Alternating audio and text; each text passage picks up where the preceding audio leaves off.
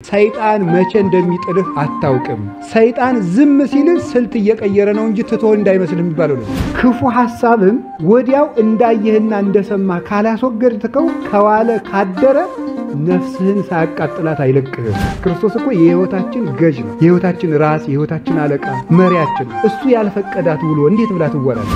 መጸለይ ማለት እኮ እኔ አቅም የለኝም እግዚአብሔር ወይ ድረስልኝ ማለት ሬሳ ያለህ ማለት እኮ ነው። ሰይጣን አንቆ ሊገለኝ ነው ማለት ነው። እብድ የተባለ ማለት ነው። ሰይጣንና የሰይጣን ሰዎች ወደኛ ጆሮ የሚወረውሯቸው ቃላት ነው። አባቶች እጅ አይሰም ይሉታ የማን አባቱ ነው ብላውቀው ያስፈራራል። ይሄን የሚያደርጉበት ምክንያት ተጭኖ የመጣውን ሰይጣን ለማስደንገጥ በእኛ ምክንያት መከራ የሚመጣው ሁሉን ለየው ሁሉን ልስማው በማለታችን ምክንያት ክርስቶስ ሰው ከሆነበት ጊዜ ጀምሮ ክርስቶስ እስከሚመጣ ቀን ድረስ ያለችው ቀን የሰው ኃጢአት የሚሰወርበት ጊዜ። ትዳር ይዞ ኖሮ ሲያረጅ ገዳም የገባው መነኩሴ አባ ዝሙት እየተቃወመ ብሎ ጀማሪ ቢጠይቅ አንተ ምን ማፈሪያ የሥላሴ ያለን ትልልቅ አባቶችን የሚፈትናቸው አጋንንት ናቸው። ሲፈትናቸው ክርስቶስ ዝም የሚለው ለተፈተኑት እንዲያዙ።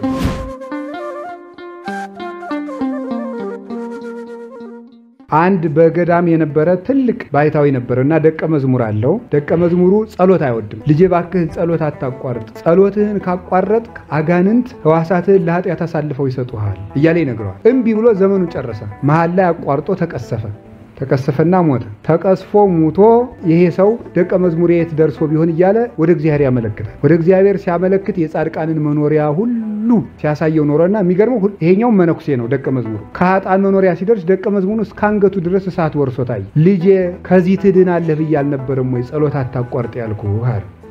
ምን ብሎ እንደመለስ ታውቃላችሁ? አባቴ በእኔ ይደንቃል፣ እኔ የቆምኩት ከጳጳሱ ላይ ነው ብሎ ተናገረ። ካልጸለዩ ጳጳስነት እንኳን አያድንም ማለት ነው። ካልጸለዩ ካልተጉበት የለም። ልብስ ስፌት ቤት አሁን ስትሄዱ የመነኮሳትና የጳጳሳት ልብስ የሚሰፋባቸው ቦታዎች አሉ። ቆባቸውን ገጭ አድርገው አሻንጉሊቶቹ ማለት ነው ካባ አድርገው እንደዚህ አድርገው ምናምን ስታዩ እንደው ብር የሌላችሁ ሁሉ አሰፉ ነው የሚሏቸው መነኩሴ መስሎ ምናምን። አሁንማ እንደው መስቀል ሁሉ እያደረጉባቸው ነው። ገብቷችሁ አላለ? የተረፈውን እናንተ አመስጥሩት። የልብስ ጽድቅ የለም ብዬ ነው። አሻንጉሊቱ አሁን እያበጠረው አይደለም። እውነቴን ነው እያበጠረው ነው። አሻንጉሊት ማለት ነው። ካልጸለየ አንድ ሰው አሻንጉሊት ነው። በቃ ነፍስ የለው እንዴ። የነፍስ አለቃው እኮ እግዚአብሔር ነው። አለቃዋን እግዚአብሔር መላኬ ሕይወትን እኮ ነው የምንለው።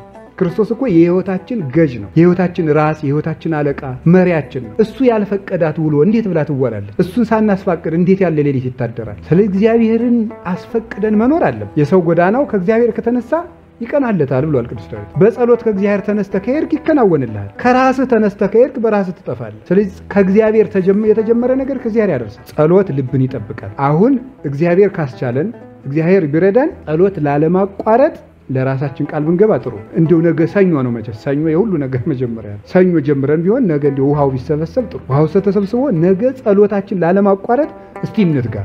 አቅም ያለው ሰው ሽፍታ ቢጠልበት ሽፍታው ጋር ጉሮሮ ለጉሮሮ ይገጥማል። አቅም የሌለው ሰው ምን ያደርጋል? ሽፍታ ቢይዘው ይጮሃል በሉ እንጂ እና አቅም ከሌለ ጩህ ነው። መጸለይ ማለት እኮ እኔ አቅም የለኝም እግዚአብሔር ወይ ድረስልኝ ማለት ሬሳ ያለህ ማለት እኮ ነው። ሰይጣን አንቆ ሊገለኝ ነው ማለት ነው።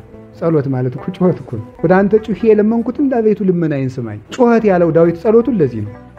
አቅም የለኝም አለመጸለይ ትዕቢት ነው። እኔ ለራሴ በቃሁት ነቃሁት ማለት ራሴን አሳድረዋለሁ እግዚአብሔር ሆይ አታስፈልገኝም እንደማለት። መጮህ ደግሞ እኔ አቅም የለኝም እግዚአብሔር ሆይ አንተ መክትልኝ ነው። ለሚሰድቡኝ ለሚገዳደሩኝ ሰዎች እኔ መመለስ አይቻለኝምና አንተ መልስላቸው ነው። እግዚአብሔር እንዲመልስላቸው እኛ ወደ እግዚአብሔር እንጮሃለን። ይሄን ያደረገ ሰው እግዚአብሔር በጸሎት ይጠብቀዋል። ጸሎት ልብን ይጠብቃል። ልባችን የሚጠብቅልን በርን መዝጋት ነው። በርን መዝጋት ማለት ምን ማለት? ሕዝቤ ሆይ ወደ ቤት ምን በል ይላል? ቤት ያለውንም ልብ ነው። ደጅህንም ዝጋ ይላል። ወደ ቤት ግባ። አንተ ግን ስትጸልይ ቤትህን ወደ ቤት ገብተህ ደጅን ዘግተህ ጸልይ ብሏል ጌታ ማቴዎስ 6 ላይ ሲናገር። ይሄ ምን ማለት ነው? ወደ ቤት ግባ ማለት ወደ ልብህ ግባ ነው። ሕዋሳትህን ሰብስባቸው። ደጅን መዝጋት ማለት የማይረቡ ወሬዎች ወደኛ እንዳይገቡብን ማድረግ ነው። ልብን የሚያረክሱ ነገሮችን ከመስማት መጠንቀቅ። የደጅን መዝጋት አይንን መጠበቅ። ሚጦን ለአይንቴ ከመይራያ ከንቶ አይኖቼ ክፉ ነገርን ከንቱ ነገርን እንዳያዩ መልሳቸው ብሏል ቅዱስ ዳዊት። አይኖቼ ከንቱ ነገርን እንዳያዩ መልሳቸው። አይን በአይን የሚገባው ልብን ያረክሰዋል። በጆሮ የሚገባው ልብን ያረክሰዋል። ልብን እንዳያረክሰው አይንን ጆሮን መጠበቅ የሚያረክስ ነገር ከመስማት መጠበቅ ነገር በዚህ ውስጥ ከገባ ግን ከዛ ልባችን ይጠብቃል። አባቶች ይሄን በሁለት መንገድ መስለው አስተምረውታል። አንደኛው በእሳት፣ ሁለተኛ እብድ በወረወረው ድንጋይ መስለው ያስተምራሉ የበረሃ አባቶች ሲያስተምሩ። አንድ እብድ ወደ ቤት ይወረውራል፣ ድንጋይ ይወረውራል።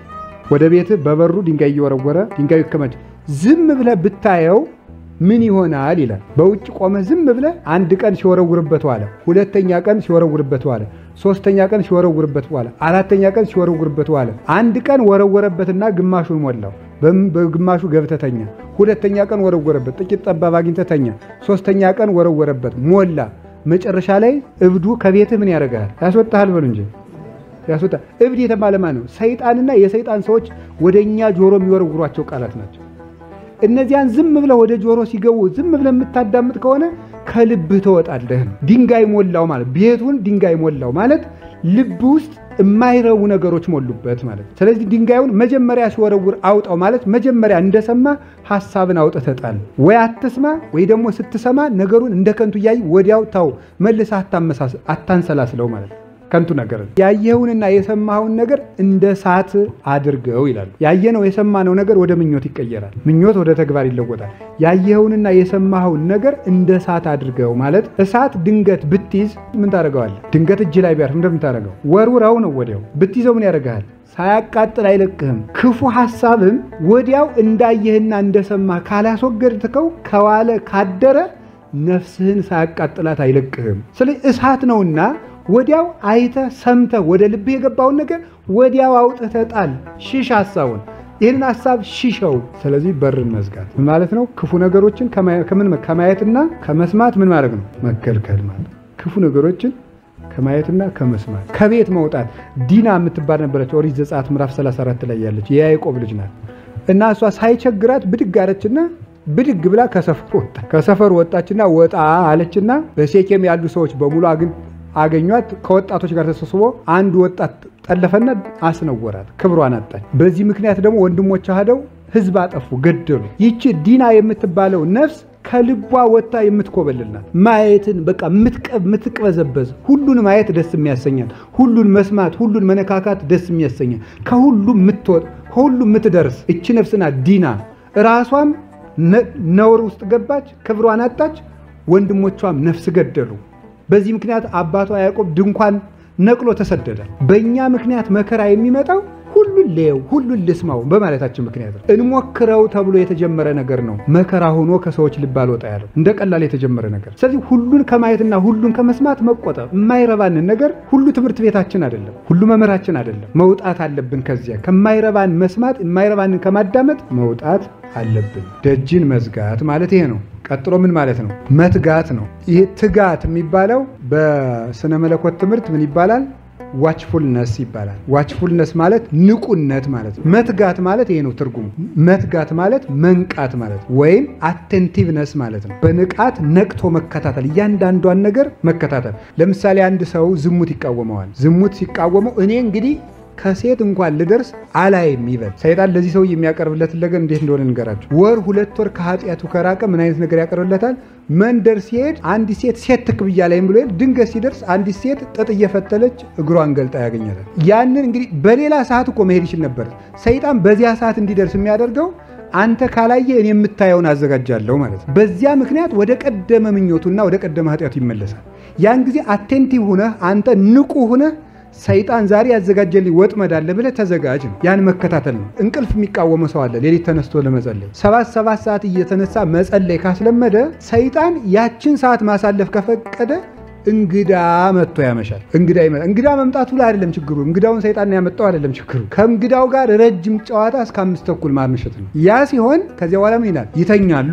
ምክንያቱም የመጸለይ ጣይም ደግሞ ስለሚጠፋ ሲያወሩ እንደቆዩ እንኳን መጸለይ ሁሉንም ያስጠላ ጭንቅላት ዝውር ነው የሚለው። እኔ ለራሴ አሁን ሳወራ ቆይቼ መጽሐፍ ባነብ አይገባኝ። መሰው ጋር ሰው ጋር ከቆዩ ወይ ተኝቶ መነሳት ወይ ጥቂት ዝም ካላሉ አይምሮ አይሰበሰቡ። ስለዚህ ይተኛ ላይ እንግዲህ አይምሮ ያልተሰበሰቡ ይተኛ። ሲተኛ ምን ይነሳል? 2 ሰዓት ተኩል ብሎ ቁጭ ይላል ማለት ነው።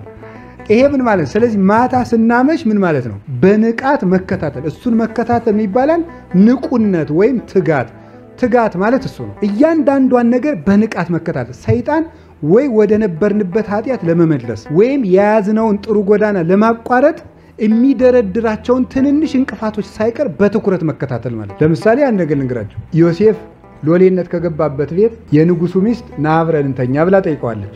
አይሆንም ብሏታል። በሌላ ቀን ምንድነው ያደረገ? ምቹ ሰዓት አመቻቸና ባልየውም ሳይኖር ከዛ ደግሞ ሰው ሁሉ ወደ ስራ በተሰማራበት ጸጥ ባለ ሰዓት ዮሴፍ ደግሞ ወደ ቤተ መዛግብት ገብቶ ደግሞ ዕቃ በሚያናፍስበት ሰዓት ምቹ ጊዜ ጠበቀና ሄደችና አንተ ባሪያ ዛሬ አለቀህም ብላ ያዘች። ምቹ ሰዓት። እሱ ግን ያችን ሁሉ ያስተውላት ነበር። ነቅቶ ይከታተላት ስለነበረ ልቡን ይጠብቀው ነበር። ልብን የሚጠብቀው ቅድም የመጀመሪያው ምንድነው ነው ያለው? እግዚአብሔርን መፍራት። ምንድነው ያለው? በእግዚአብሔር ፊት ይሄን ነገር ላደርግ አልችልም ማለት። እግዚአብሔርን መፍራት ማለት እግዚአብሔርን ሁሉ ጊዜ ማለት ልቡ ስለጠበቀ ሕዋሳቱ አልተነቃነቀበትም፣ አልተነዋወጠም። ዝሙት እኮ ቀላል ኃጢአት አይደለም። ከግርስ ከራስ ያለውን አካል ሁሉ የሚያፈራርስ ሕይወትን የሚለውቅ አይምሮን እንደ አረጋዊ መንፈሳዊ ድርሳን 8 ላይ ታንቄ ልሙት የሚያሰኝበት ጊዜ አለ ይላል። ይሄንን ኃጢአት የተሻገረው ልቡን ስለጠበቀ ነው። ስለዚህ በንቃት መከታተል ብቻን ሲሆን ለምሳሌ ልንገራችሁ። አንድ ወንድና አንድ ሴት የሆነ የሚወያዩት የግል ስብሰባ ይኖራቸዋል። የግል ስብሰባ ሲኖር ማታ 11 ሰዓት ላይ እንወያይ ሲባል ሰውየው ስብሰባ ኑሮት እስከ ምሽት 1 ሰዓት ቆይቶ ይወጣና የሥራ ባልደረቦች ከሆኑ እየመጣው ነበር እንዴት ላድርግ መሸው ደግሞ አምሽቼ ወጣው ሲላ አይ መቼስ ነገ ሪፖርት አቅርቡ ተበልና እንጂ እንወያይ ይባላል። ውይይቱ እስከ 4 ሰዓት ይቀጥላል። እስከ 4 ሰዓት ሲቀጥል ምን ይደረጋል? መቼስ እህት አይደለ ወደር እንጂ እሺ ወንድምሽ አይደለ ይልና ያትራል ማለት። ሰይጣን ይሄንን ያስታውሰን። መጀመሪያ ከየት ጀምሮ መከታተል ነው?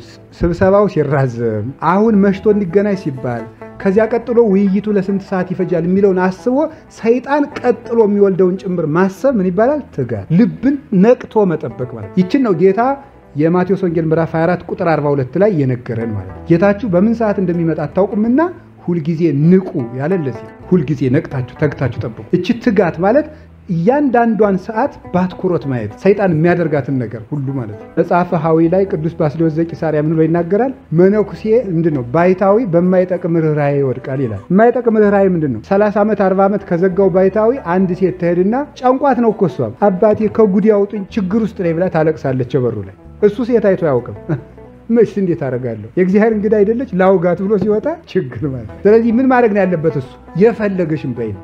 ከዚህ ላይ ማለት ለባይታዊ ምህረት አይጠቅመውም፣ ጭካኔ ነው። ፎገራ አንድ አባት ነበሩ፣ አባ ናሁሰን ታውቋቸዋላችሁ አይደል? እና አንድ ጊዜ ይምከሩና አላቸው። ሰይጣን ይምከር አውቀው ነው እንደዚህ የሚሉት እኮ። አሁን ለሰው ሞኝ ነው የሚመስሉት፣ በፍጹም እንደዚህ አይደለም። አውቀው ነው እንደዚህ የሚሉት። ልምክ ይምከሩኝ ምናምን እያለ ሰው እየመጣ እንዳያቦዝናቸው ነው። እና ያችን ትጋታቸውን እንዳይነካበት ሰይጣን ይምከር። አዳምና ሔዋንን የመከረ እሱ አለ፣ እሱ ይምከር። ግር ምንም ያደርገው እኮ አይኛ ማንነድም ብለን 3 ቀን ዝም ብለን ተኛ ነው ክርስቶስ ሰማ። በ3ኛው ቀን የሆነች ካቢ ክባሉ እዛች እየካቡ እንደዚህ ያሉ ወጡ። ለካ አውቀው ነው። ከዚያ በኋላ ሰላም ለኪ ደግሞ ኮቸሮ ሁሉ ሰጥተው ሰደዱን አብልተው። ግን መጀመሪያ ላይ አይሸነፉም አባቶች እጅ አይሰጡም። ይሉታ የማን አባቱ ነው ብለው አውቀው ያስፈራራሉ። ይሄን የሚያደርጉበት ምክንያት ተጭኖ የመጣውን ሰይጣን ለማስደንገጥ ነው። በትጋት ነፍሳቸውን መከታተል ይፈልጋሉ። እግዚአብሔርን የሚፈራ ሰው መጨረሻው ምን ይላል? ያምራል። ሩጫቸውንም በአግባቡ ፈጸሙ። ቅዱስ ዮሐንስ አፈወርቅ የሲራክን ይዞ እጅ አድርጎ ጠቅሶ ስትሄድ በገደል ጫፍ እንደምትሄድ ሆነ ኑር እድሜህን ሙሉ የሚለው ፍራ በቃ። ለዚህ ነው ቅዱስ ጳውሎስ የማንም የቆመ ቢመስለው ምን እንዳይሆን ይጠንቀቅ ነው ያለ። እንዳይወድቅ ይጠንቀቅ ነው። አሁንስ ጠንክሬያለሁ፣ አሁን ጸሎት ውስጥ ነኝ፣ ደህና በርትቻለሁ የሚባል ነገር የለም። ሰይጣን መቼ እንደሚጥልህ አታውቅም። ሰይጣን ዝም ሲልህ ስልት እየቀየረ ነው እንጂ ትቶ እንዳይመስልህ የሚባለው ለዚህ ከነቀፋ መጠንቀቅ ነው። ከነቀፋ ነው ልብን የሚያባክነው አንዱ ማለት ነው። ነቀፋ ማለት ሰውን በውስጥ መተቸት ማለት ነው። በልብ መተቸት። አንደኛ ቆሮንቶስ ምዕራፍ 4 ቁጥር 5 ላይ ጊዜው ሳይደርስ እገሌ ደግ ነው እገሌ ክፉ ነው ብላችሁ ለምን ትመረምራላችሁ ይላል። ለምን ትመረምራላችሁ? የሚመረመርበት ቀን ገና ነው፣ ለእናንተ አልተሰጣችሁም። ገና ለገና በልብ ሰውን ስለምን ትተቸዋለህ? ስለምን ትነቅፋለህ? የልብ ነቀፋ። ከዚያ ምንድነው ያላደረገ? ለጊዜው ሳይደርስ ሰው የሚተችበት ቀን መቼ ነው? ክርስቶስ ሲመጣ ነው። ጌታችን መድኃኒታችን ኢየሱስ ክርስቶስ በነቢብ በሐልዮ በገቢር የተሰራውን ኃጢአት ገልጦ መርምሮ የሚያሳይበት ዕለተ ምጽአት አለ። ከዚያ ቀን አስቀድመ አንተ የሰውን ኃጢአት ለምን ታጋልጣለህ ነው። ክርስቶስ ሰው ከሆነበት ጊዜ ጀምሮ ክርስቶስ እስከሚመጣ ቀን ድረስ ያለችው ቀን የሰው ኃጢአት የሚሰወርበት ጊዜ ነው።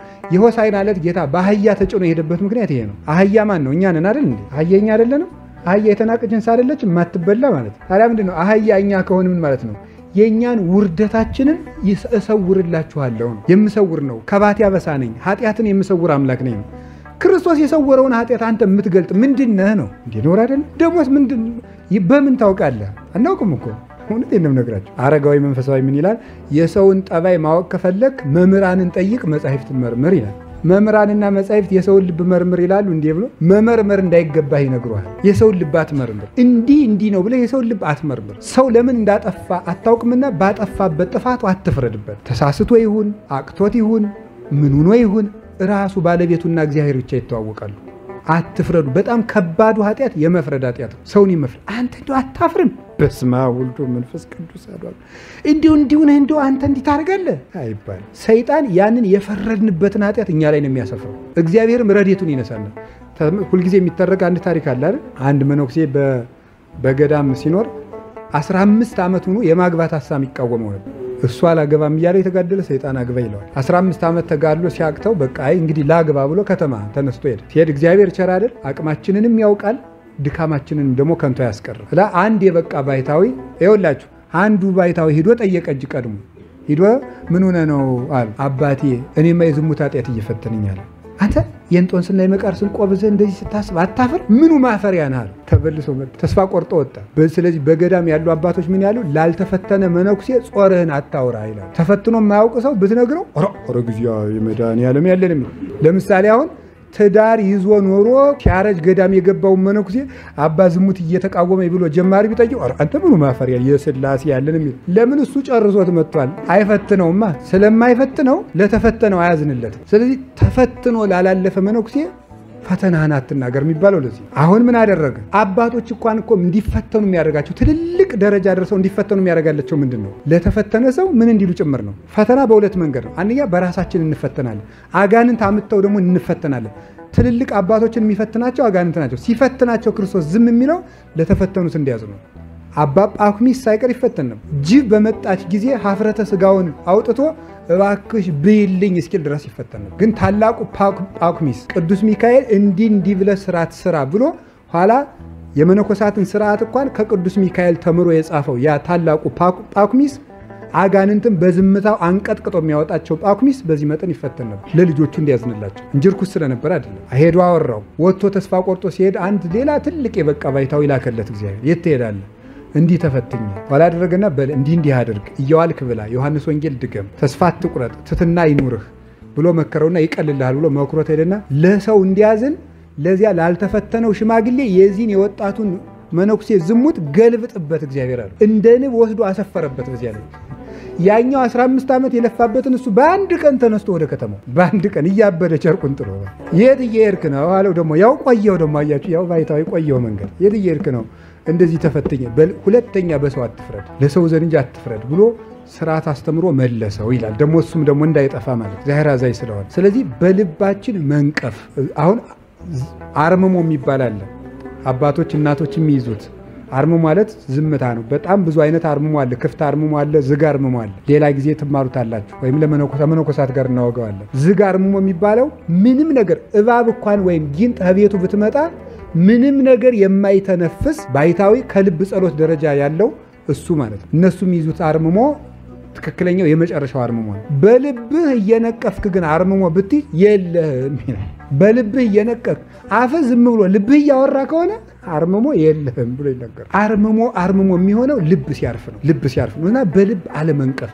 ሌላው ቀርቶ ፊልክስዩስ እንደምናገረው እንኳን ለግሉ ለገዳሙ ስርዓት ብሎ እንኳን በልቡ የሚነቅፍ መነኩሴ አርምሞ ይፈርሳል ይላል አይ ተሰብስበው እነዚህ አውደልዳይ ገብቶ ገዳሙን አበላሸው ብሎ እንኳን በልቡ ቢነቅፍ ለስርዓት እንኳን በልቡ ተቆርቆሮ በልቡ ከነቀፈ አርምሞ ይፈርሳል ስለዚህ ልብን በልብ ነቀፋን ማስቀመጥ በልብ መተቸት ሰዎችን በልብ ማነወር ወይ ገልጦ መንገር ነው ይሄ ከፍቶብሃል የፈለገ ትልቅ ሰው ይሆን አባቴ ይሄ ከፍቶብዎታል እናቴ ይሄ ከፍቶብዎታል ብሎ መንገር ነው እንጂ በልብ መንቀፍ የምንሰራውን ስራ ሁሉ የተቀመመውን ሽቱ የሞቱ ዝንቦች ምን ይሉታል ነው የሚለው ሰሎሞን ያበላሹታል ያገሙታል ጥቂት ዝንቦች አንድ ጋን ሽቱ ቢሆን 10 ዝንብ ከሞተበት ይበላሻል ነቃፊ መሆን የሰይጣን ነው ስለዚህ በልባችሁ አትንቀፉ